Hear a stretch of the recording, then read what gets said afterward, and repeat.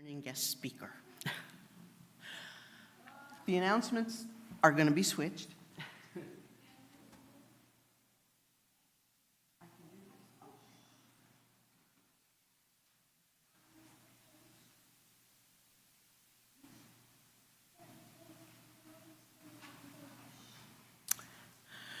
Please join us after service for coffee and conversation downstairs in our fellowship hall, just down the stairs.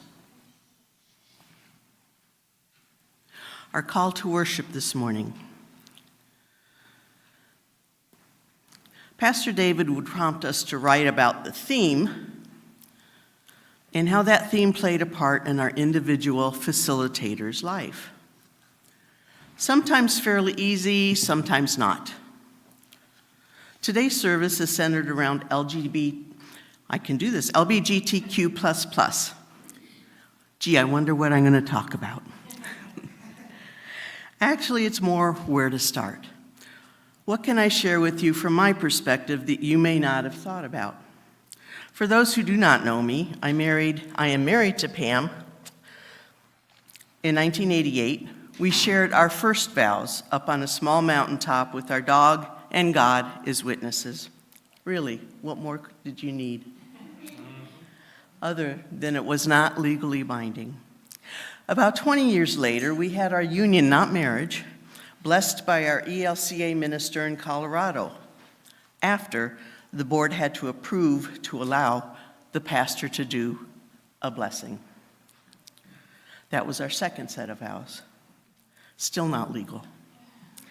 And in 2015, then Pastor J. McDivitt, our hero, married us legally and blessed by the church. He pointed out that that had been the first time he had officiated at what was the third marriage ceremony for the same couple. We don't plan on a fourth. Those first years were different. It was definitely don't ask, don't tell. Believe me, it was hard enough to tell our immediate family. My mother accepted Pam because she was blonde and blue-eyed and looked more Norwegian than her dark-haired, it used to be dark, green-eyed daughter. So, okay. We were loved by Pam's parents, but it was not discussed or particularly acknowledged. Never by her dad, several years for her mom, but they loved us both. The lives and journeys of other less secure and less supported LGBTQ+ people have vastly more challenging stories. Joining a church was not an option back then. 36+ years ago, no church would have welcomed us. Perhaps as individuals, but as a couple, no. As individuals whose love was a sin, maybe. But who wanted to be with a group of folks that sees a scarlet L every time they interact with you? We even had a hard time accepting that we were the L word. We were simply two souls that found each other and fell in love, who happened to both be female. Sexuality exists here in our plane, but in the spiritual realm, I can't imagine why. In 2003, I entered the church office at the ELCA church in Colorado near us. We wanted our then two children to be nurtured in religious community. That would be Allie and Lily. To give them that foundation. I was there to ask permission to find out if we would be welcome. We were, for the most part. When we adopted kids from foster care, basically hard-to-place kids with challenges, we went through the process as a couple.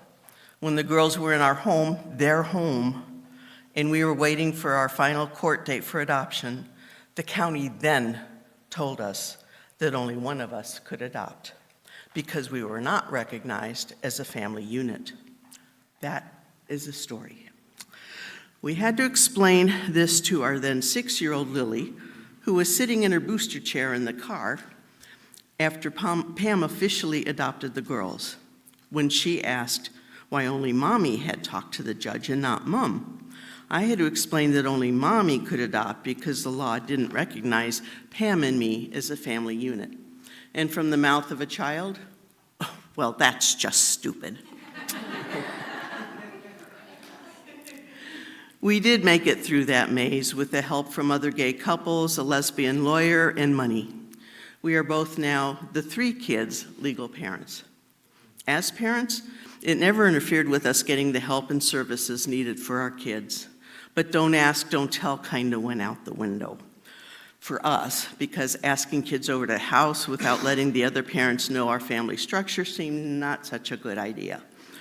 I don't think it ever was an issue, but then we would have been the last to know what was discussed out of our hearing. Obviously, having 2 moms as the parents was telling. So, around us, as time passed, the LGBTQ+ community became more visible with much work and effort and exposure. We were busy raising our special needs kids that took all our energy and focus.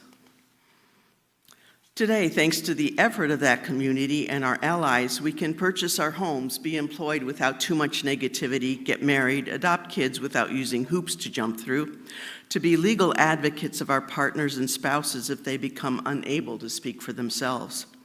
Privileges that most straight white folks never question, and rights that can be taken away from us in the current political battles. Trans people are now facing what in years past and present was faced by people of color, gays, lesbians, anyone different from white and straight and now right-winged Christians. What do we wish? A larger community of individuals who make up us. We have that here in United, an excerpt from a United Writers group from about 6 years ago. Be lifted up here in our place of sharing with eyes and ears and heart. Bathe in this sunlit sanctuary. Contemplate the art on our walls, depicting our UU principles. Sing of joy and hope. Praise the God of inclusion and acceptance. Be part of our congregation. Who are we? And I paraphrase. Ethical, medical, metaphysical, kayaking, day tripping, world traveling, guitar picking, helpers, writers, question askers, advice givers, hard workers, anxious workers, wish I was working workers, and retired workers. We are all. We live by 7 principles, or try to. We try to love each other with understanding, compassion, acceptance, and openness, to value our differences, to learn, grow, and acknowledge our connection and place in the interconnectedness of all living things, to work hand in hand and heart to heart in our journey through this life, exploring, seeking, learning, getting fleeting glimpses of the light of love, the love that is. We are United Unitarian Universalist congregation. We have many windows and one light. Tim McGraw has released a new song, People Like Us. Very similar themes to what I just read. The second verse reads, we wear Jordans, we wear flip-flops, we wear wingtips and Lucci's with tube socks, and we wear high heels and we wear work boots, but we won't even know each other until we walk a mile in each other's shoes. We can point the finger, there's enough blame to go around. I wonder what would happen if we turned that finger around. People like us watch the blues on TV, get so angry, blame it on DC. People like us, all God's children. If we're willing, we can build a tomorrow we can trust. But it's up to people like us. If this us could continue to grow, what a wonderful world that would be. Molly, it's okay.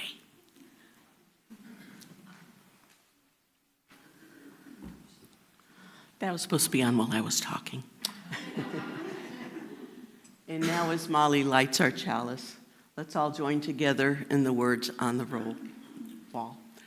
May this flame kindle within us the warmth of compassion, the glow of love, the fire of commitment, and the light of truth. Here together we scatter and nurture seeds of spirit, service, and community.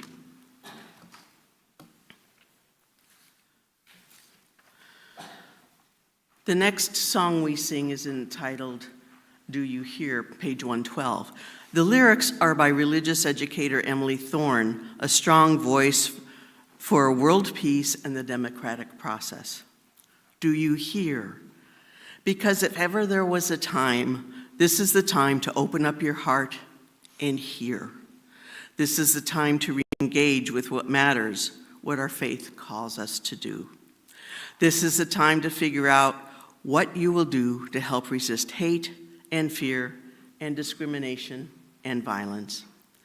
This is a time for courage, even a drop or two, as we make our way in this uncertain world. Please rise in spirit or body as we sing, Do You Hear?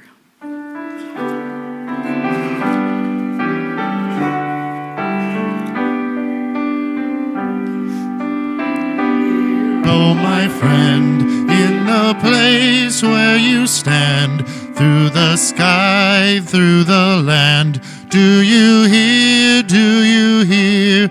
In the heights, on the plain, in the vale, on the main, in the sun, in the rain, do you hear, do you hear? Through the roar, through the rush, through the throng, through the crush, do you hear in the hush of your soul, of your soul? Hear the cry, fear won't still, hear the heart's call to will, hear a sigh startling trill in your soul, in your soul. From the place where you stand to the outermost land, do you hear, oh my friend? Do you hear, do you hear? All the dreams, all the dares, all the sighs, all the prayers, they are yours, mine and theirs. Do you hear, do you hear?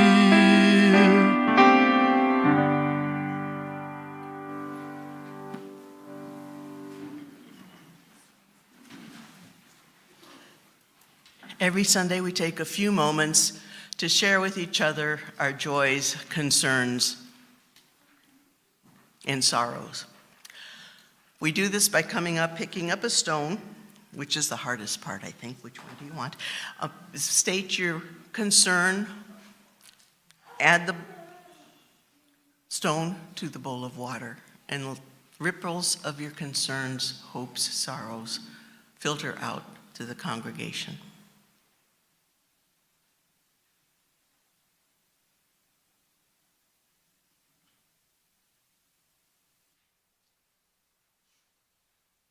Hello, my name is Don. I have a concern. My twin brother this week is going to have a PET scan done to see if his cancer's been spreading or not.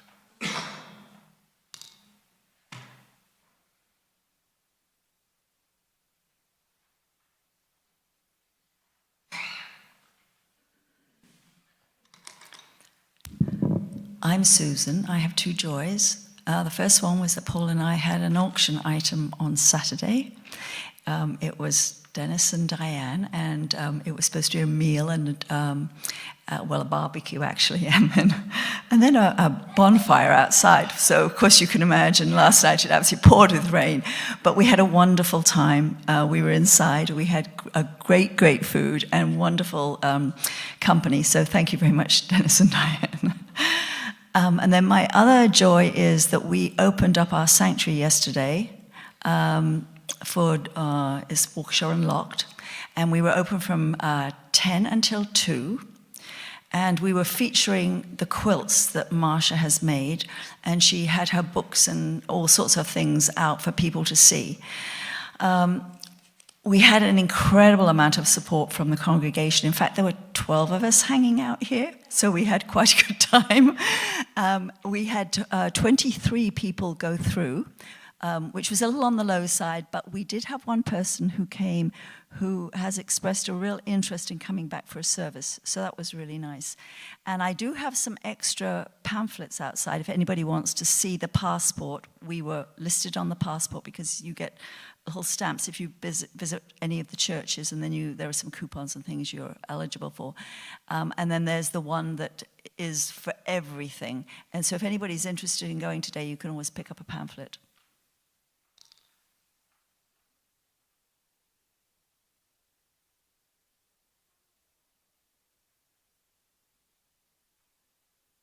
Hi, my name is Allie Byriger, and I've been helping Adele.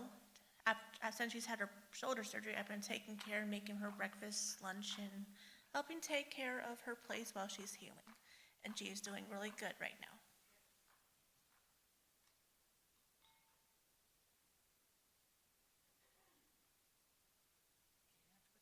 Yeah. Good morning. Oop. Hello, I'm Sarah. Gilles not here today because he is not feeling well, but my joy is that today is actually our wedding anniversary. It's 17 years, so it's it goes by fast. All right, you want to put a rock in? Yeah, you want to put that one in? Yeah. Good job. All right, come on.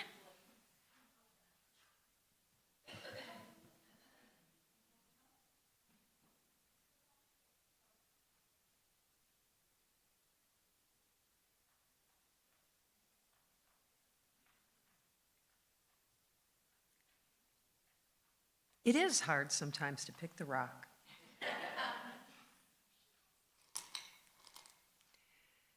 This is a joy and in some ways a concern. I'm Patty. I'm going to go to Virginia at the end of this month and then to Maryland early next month. I am in person early voting before I go. If you picture the map of the United States and then see Virginia and where Maryland is, I will have 2 weekends bracketing the election where I have dances of peace in Virginia and dances of peace in Maryland, and I will drive right straight through DC 3 days after. And I will be fine because all of your protection and all of the protection of everyone else who I am letting know that this is my plan is going to shield me.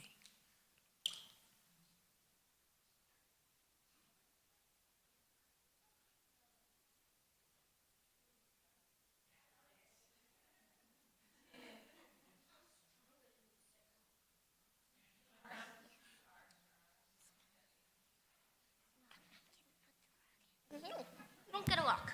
Yes, I do. Yes, you do get a lock. But later, Zoe. Okay, my name is Molly. And obviously, this is Zoe. Today is the last day. Well, tomorrow's the last day, but today's the last day. You guys can get nuts. So if you want nuts, order them now. If you don't, well, okay. Or chocolates. Oh, yeah, chocolates. You really want that plain lock, Zoe? Anyways, I'm in Macbeth. I put the sign up over there. Not actually a sign up, but the poster. Get it? Dates are on it. Put the rock in, Zoe. Okay. Bye.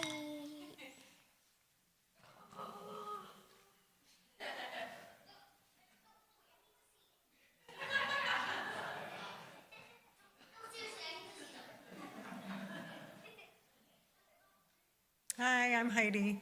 My joy is that we got 2 new barn kittens yesterday. We haven't had barn cats in quite a while, and my husband's been wanting a cat, and so I finally said, okay, we'll get barn cats, but they are barn cats. And he's already talking about when he's going to bring them in the house, and I'm like, no, they are barn cats. Oh, but it's going to get cold. I'm like, I know, but they have each other, and they have a little house, and they'll be fine. So anyway, they're really cute.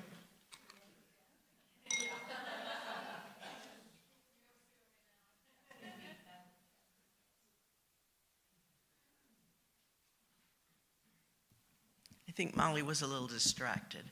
Her play is at the Waukesha, I can say this, Waukesha Civic Theater, and she's in it, so check out the poster.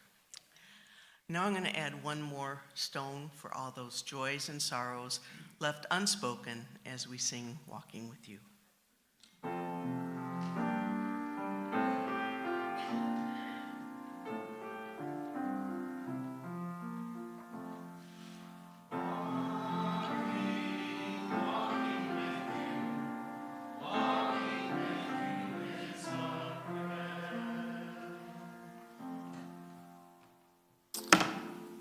This morning's story for all ages,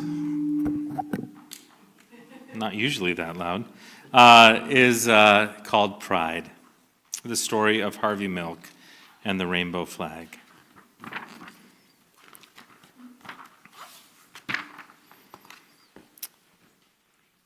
You have to give them hope. Hope for a better world, hope for a better tomorrow. Harvey Milk was an ordinary man, but he had an extraordinary dream. That dream would change history. Harvey dreamed that everyone, even gay people, would have equality. He dreamed that he and his friends would be treated like everyone else. He dreamed that one day people would be able to live and love as they pleased. With his New York accent, Harvey talked to everyone about his dream. His voice boomed, his body bounced with energy and excitement. Some people listened, a few agreed, most did not. But Harvey's big voice and his big dream couldn't be stopped. He discovered that the best way to change laws was to help make laws. And so in 1977, Harvey Milk took a big step toward that dream when he became the first openly gay person to be elected to political office in the United States. Harvey and his friends planned marches to protest inequality and unfair laws.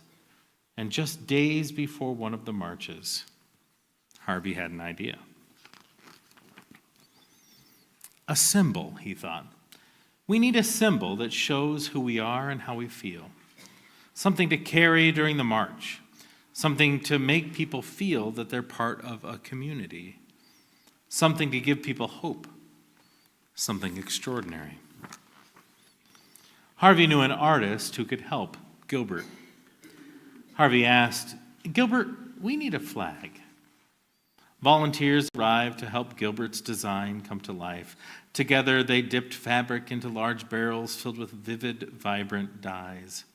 They cut and pieced and sewed until Harvey, Gilbert, and the other activists had a flag. A flag with 8 colorful stripes. A flag that Harvey hoped would give people hope. Rights are won only by those who make their voices heard. On June 25th, 1978, when it was time for the march, a breeze stirred in San Francisco and the flag unfurled. The wind blew, the flag fluttered, flapped, and flew. A rainbow as bright and unique as the men and women who walked behind it led the march. Harvey and the people asked for equality. They asked to be treated like everyone else. They asked to live and love as they pleased. They hoped the march would make a difference. Harvey was proud of the flag and proud of himself. He hoped others would be proud too.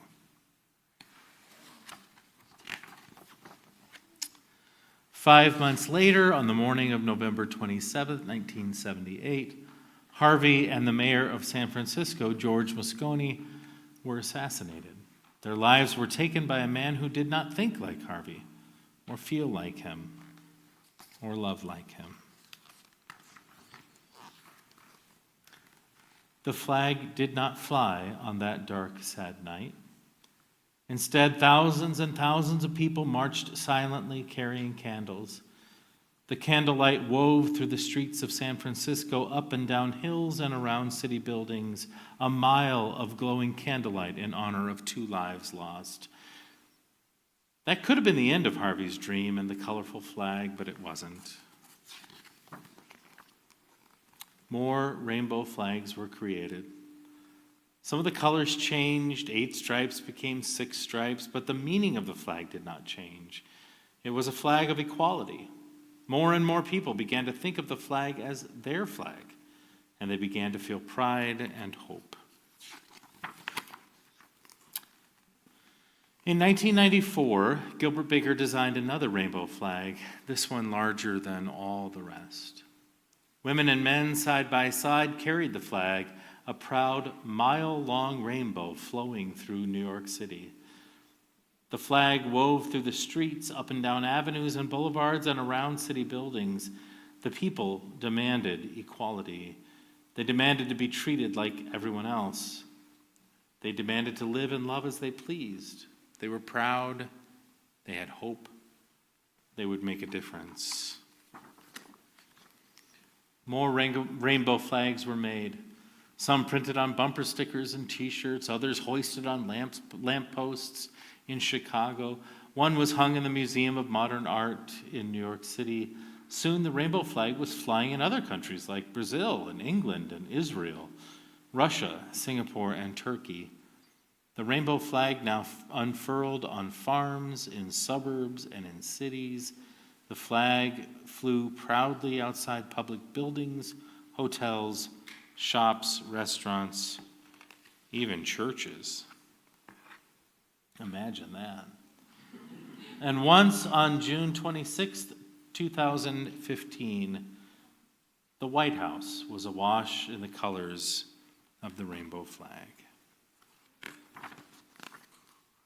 Equality, pride, hope, and love, Harvey's dream became a flag for us all.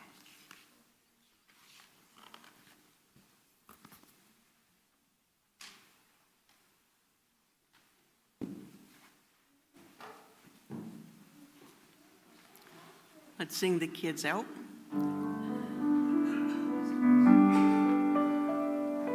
Go lifted up, love bless your way, moonlight, starlight, guide your journey into peace and the brightness of day.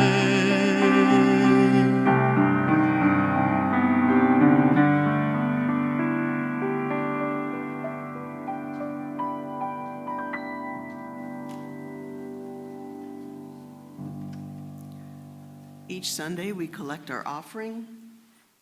It will now be given and received in grateful appreciation of our shared hopes and values.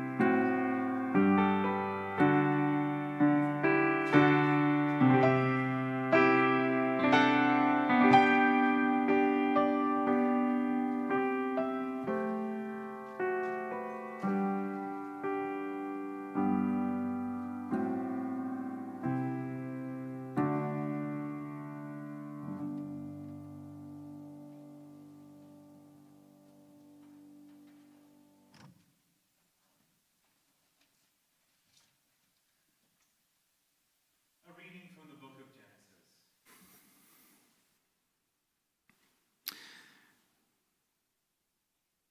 God said, "This is the sign of the covenant that I will make between me and you and every living creature that is with you for all future generations. I have set my bow in the clouds, and it shall be a sign of the covenant between me and the earth. When I bring clouds over the earth and the bow is set in the clouds, I will remember my covenant that is between me and you and every living creature of all flesh, and the waters shall never again become a flood to destroy all flesh. When the bow is in the clouds, I will see it and I will remember. the everlasting covenant between God and every living creature of all flesh that is on the earth. God said to Noah, "This is the sign of the covenant that I have established between me and all flesh that is on the earth." A reading from the Gospel of John. For God so loved the world that God gave God's only child, so that everyone who believes in that child may not perish but have eternal life. Indeed, God did not send the child into the world to condemn the world, but that the world might be saved through that child. And a reading from the Reverend Dr. Martin Luther King Jr.'s Remaining Awake Through a Great Revolution. So, when we sing, "We shall overcome," we are singing a hymn of faith in the future. I can still sing that song because I have faith in the future. I believe that we as Negroes are going to gain our freedom in America because the goal of America is freedom. Abused and scorned though we may be, our destiny is tied up with the destiny of America. Before the Pilgrim Fathers landed at Plymouth, we were here. Before Thomas Jefferson etched the pages of history, the majestic words of the Declaration of Independence, we were here. Before the words of the Star-Spangled Banner were written, we were here. For more than 2 centuries, our forebears labored here without wages. They made cotton king. They built the homes of their masters in the midst of the most oppressive conditions. They continue to grow and develop. Certainly, if the inexpressible cruelties of slavery couldn't stop us, the opposition that we now face will surely fail. We will win our freedom because both the sacred heritage of our nation and the eternal will of God are embodied in our echoing demands. Yes, we shall overcome because the arc of the moral universe is long, but it bends towards justice. We shall overcome because no lie can live forever. Friends, it is a gift to gather with you around this flame of love and truth. I vividly remember October of 1998. I was a sophomore transfer student in rural northeast Iowa, and because of my involvement in music and theater, I had quickly made friends among the queer community on campus because, as a dear queer friend of mine often says, stereotypes save time. On coming out day, we had stayed up late marking the campus with sidewalk chalk, sending messages of affirmation, welcome, and love. The next day, we saw that some idiots had defaced our positive messages with hate speech, accompanied, not surprisingly, with wildly out-of-context biblical quotes. We gathered in a coffee shop to plot the next offensive in the Great Chalk Wars of 1998. And the televisions interrupted us with the news of the crucifixion of Matthew Shepard. 1,000 miles away in a corner of Wyoming, eerily similar to the rural corner of Iowa where we sat, a beautiful young man living an earnest and open queer life had been savagely beaten beyond recognition and left to die, tied cruciform to a fence on the windswept plains. As Matthew barely clung to life, our plans shifted. We put our chalk to new use, inviting the campus to a prayer vigil for Matthew. And a large crowd showed up.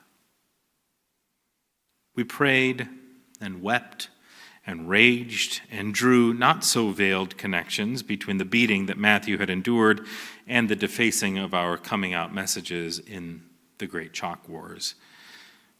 Hate crimes are hate crimes, after all. I spoke that night. about the haunting similarities between Matthew's beating and crucifixion and another such event some 2,000 years before. That we were in that desperate time between Good Friday and Easter Sunday, where hope seemed lost, where the forces of hate and evil seemed to have won. And rather than force resurrection or some empty optimism on the gathered crowd, I invited us simply to rest in knowing that the pain Matthew felt, and that we felt too, was unique, but also not new. That this road had been trod by countless martyrs before us, that he and we were not alone, and that somehow, someday, solidarity and perseverance would bear the fruit of a better future, where kids like Matthew could live without fear. And in the years that followed, I almost started to believe that I had been right. Almost. It felt like Matthew's martyrdom shook something loose, and that things started to change. Like conditions were ripe in a way that they just weren't after Stonewall or the assassination of Harvey Milk. Maybe it was Ellen coming out just a few years before. Maybe it was having a slightly more welcome voice in the White House, and I do mean slightly. But after Matthew, the culture seemed to shift. Will and Grace enjoyed a successful run, making, let's be honest, mostly white folks fall in love with a problematic, but at least nominally gay cast of characters. It started to suddenly dawn on state courts and legislatures that queer folk are actually people, and that their families are, in fact, real families. From Massachusetts in 2004 to the entire United States in 2015, marriage equality advanced at a fairly fast pace. Many large mainstream religious denominations started to revisit old assumptions about the Bible and other nonsense, and open their altars to same-gender weddings and their pulpits to queer clergy. My own denomination taking that leap in 2009. And while far too late for all the Matthew Shepards throughout history, and just as incomplete as every other movement for justice, the push for queer recognition, equality, and liberation moved more quickly than literally every other civil rights initiative in the history of this country. By 2015, it really felt like we'd won. We had work to do, of course. But my small children had never gone to church or school without knowing kids with two moms or two dads, or fellow classmates who had adopted new names and pronouns to reflect their true selves.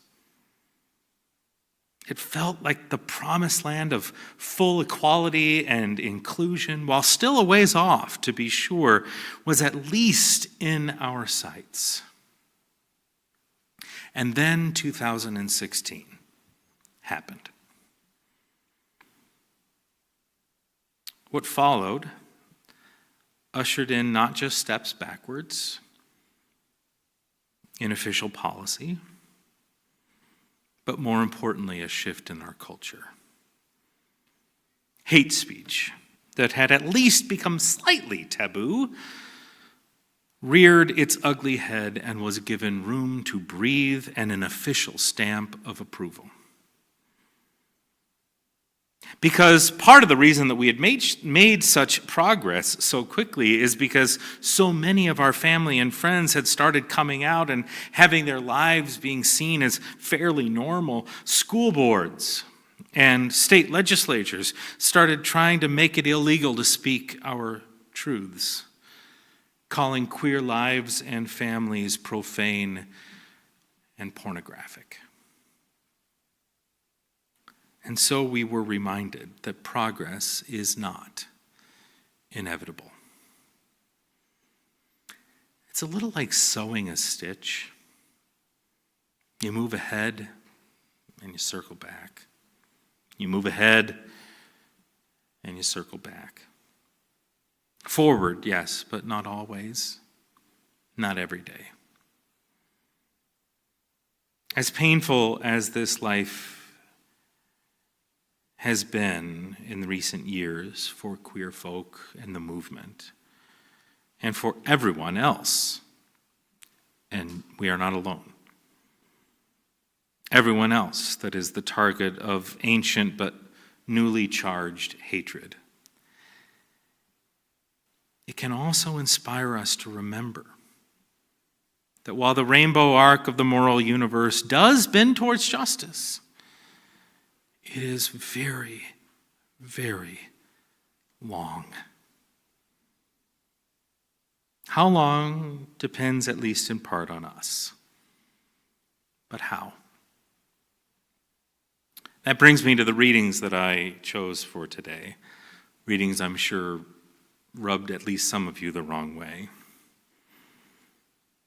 I chose the reading from Genesis not just because the rainbow has been adopted as a sign of the movement, but because a professor of mine once alerted me to something about this story that I had never noticed. In a sermon called Consider the Fish, the Reverend Dr. Vitor Vestela asked, what about the fish? I mean, that whole story is about a massive flood that destroyed all life on earth, except those who were saved by Noah solely on the basis of sex or gender, and probably some kind of eugenic profiling. You know, the prettiest and strongest among them. And then God made a covenant with every living creature of all flesh to never do that again. But all the flood did to the fish, who surely are living creatures of all flesh, was simply expand their habitat. While the whole world was being judged and condemned, and only afterward offered a slight rainbow of hope, the fish were just splashing around. Out of sight, out of mind, out of story. History is full of folks who are out of sight, out of mind, out of story.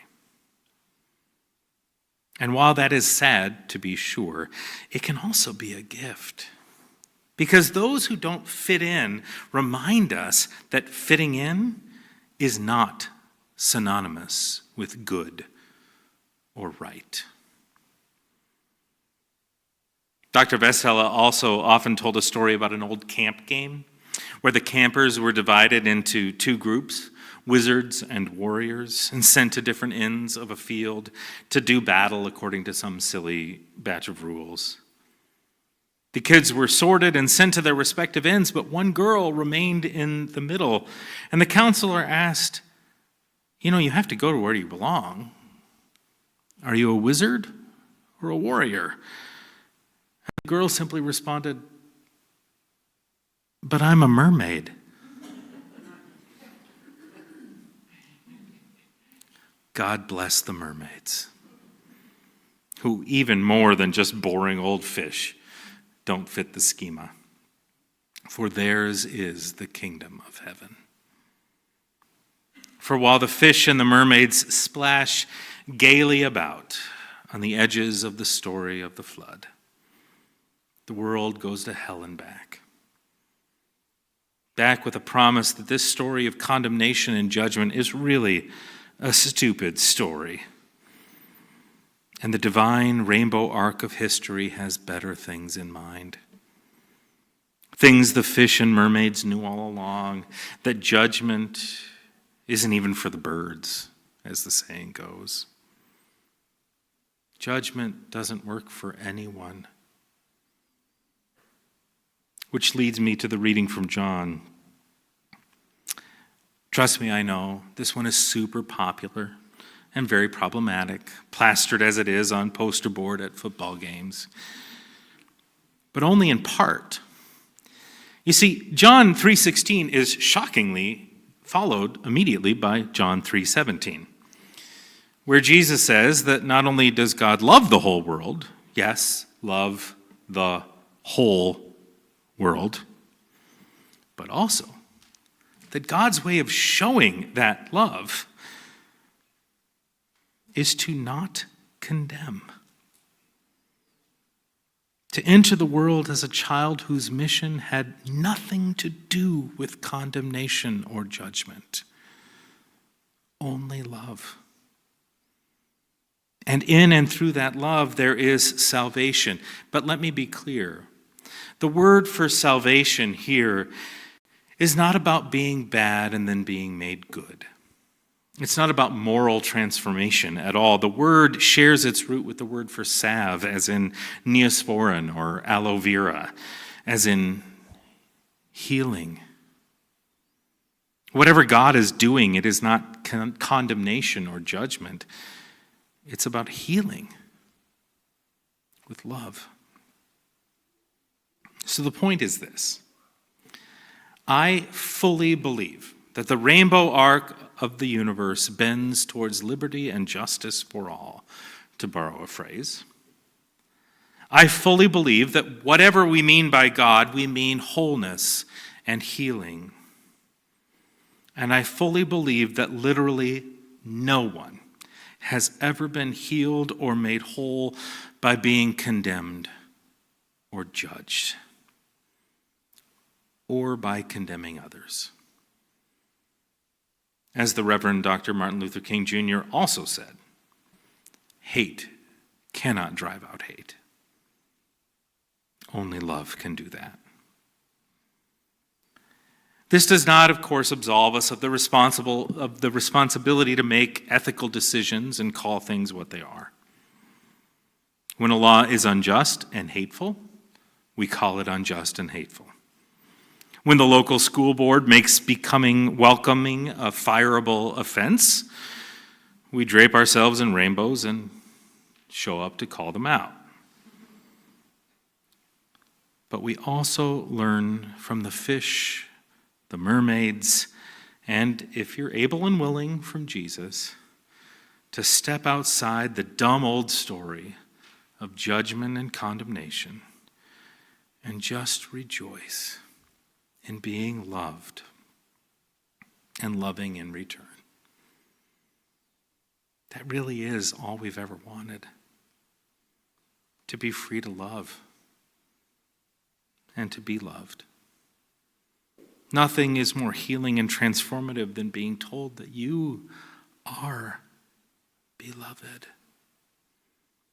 especially when everyone else has told you just the opposite.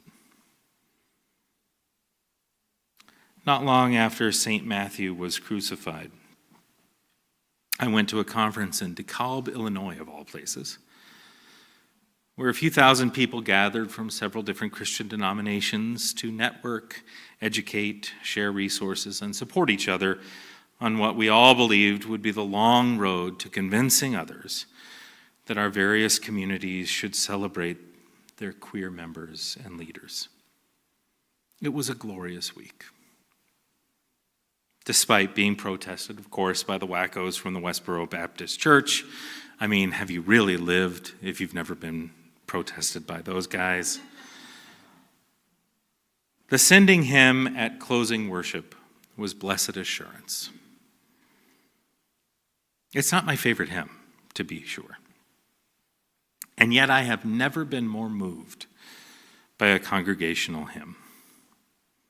Here was a group of queer folk and their allies, drawn from denominations that still did not recognize them as fully human, welcomed, beloved, and called, standing and singing beautifully and in more than 4-part harmony, because stereotypes save time.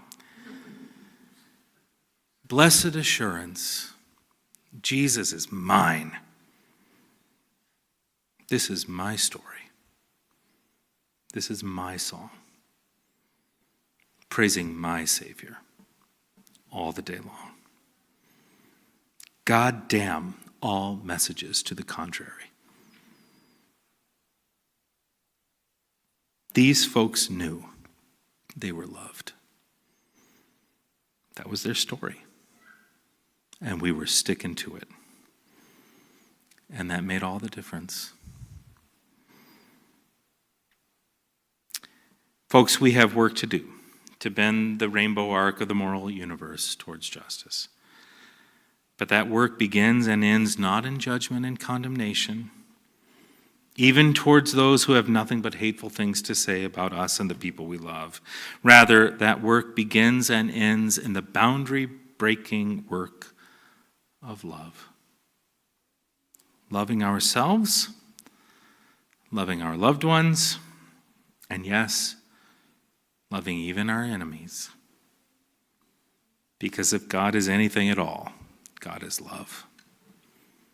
And anyone who tells you different is lying to you. And no lie can live forever. The eternal truth is that you are beloved. And that will be the last word. Amen.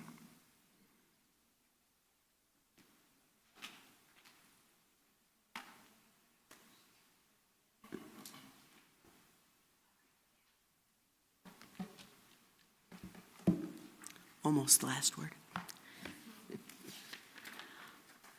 Our closing song will be, How Could Anyone? How could anyone has been used for every conceivable purpose to bring inspiration and affirmation to people struggling with every imaginable challenge and to celebrate the beauty of human beings everywhere. AIDS orphans in Zambia, keeping their spirits high, Latina mothers initiating their daughters into adulthood, gay activists affirming their inherent worth, children with disabilities at summer camp honoring their wholeness, men and women in prison making peace with their pasts. These groups and thousands more have made the song their own and used it to inspire powerful action on behalf of our shared humanity. It's been featured in every format and venue, from videos, films, and slideshows to hospitals, prisons, kindergartens, marches, peace gatherings, weddings, funerals, and shelters. It's a very short song, but we'll sing it 3 times, please. The first time to get yourself familiar with the words. The second, together with the person next to or near you. And third, to yourself. Please rise and body your spirit.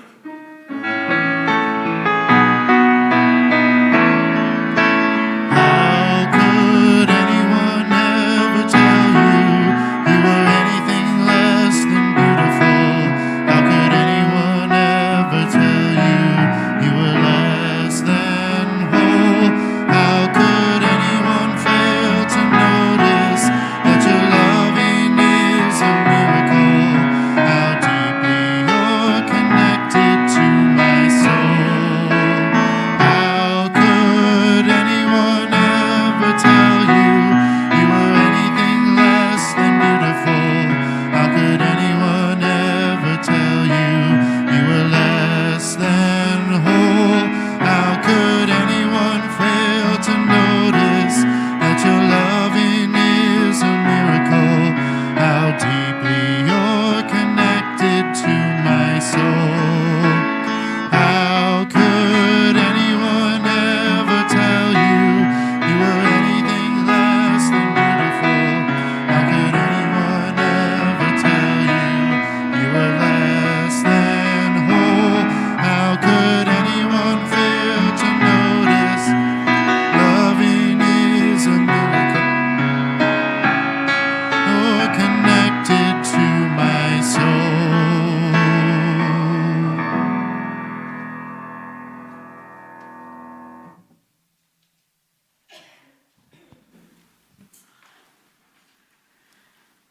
I will now extinguish the flame, but not the light of truth, nor the warmth of community or the fire of commitment.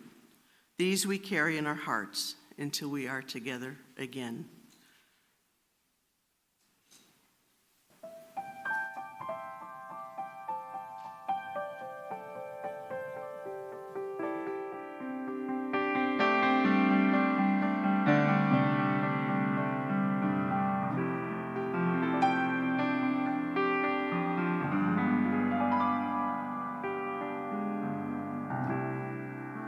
When all the clouds are a hopeless jumble and the raindrops tumble to the ground,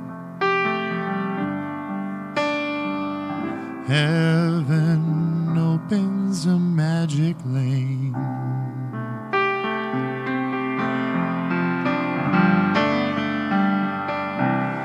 When all the clouds darken up the skyway, there's a rainbow highway to be found,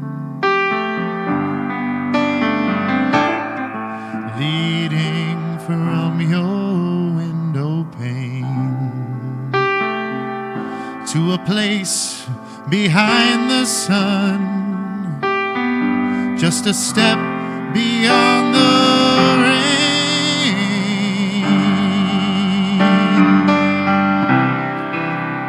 Somewhere over the rainbow,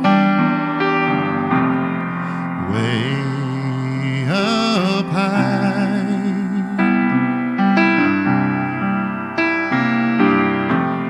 there's a land that I heard of once in a lullaby.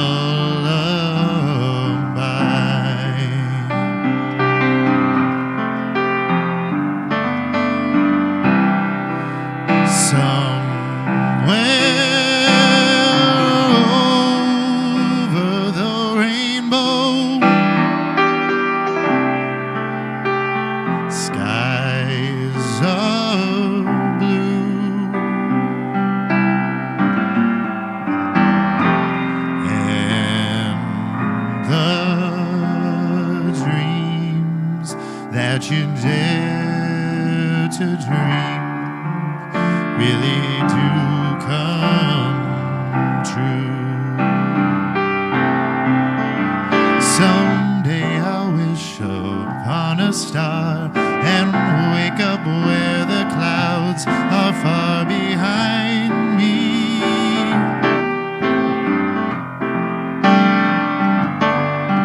where troubles melt like lemon drops away above the chimney tops. That's where you'll find me. Somewhere over the rainbow, bluebirds fly, birds fly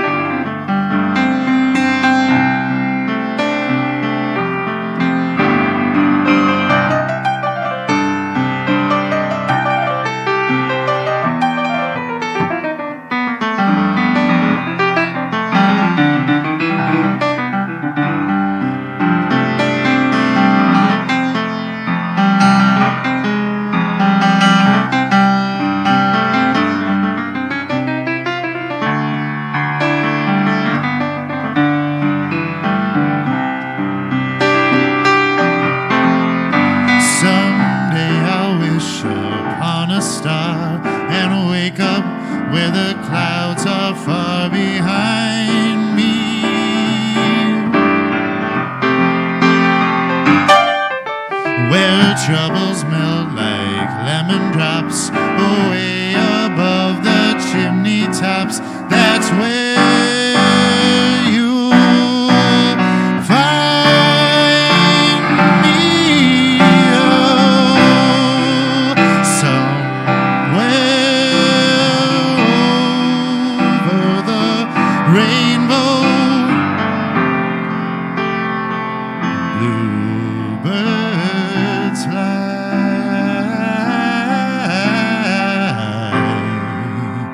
birds fly over the rainbow.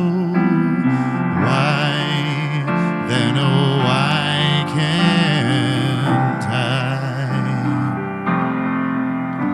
If happy little bluebirds fly beyond the rainbow, why, oh, why can't I?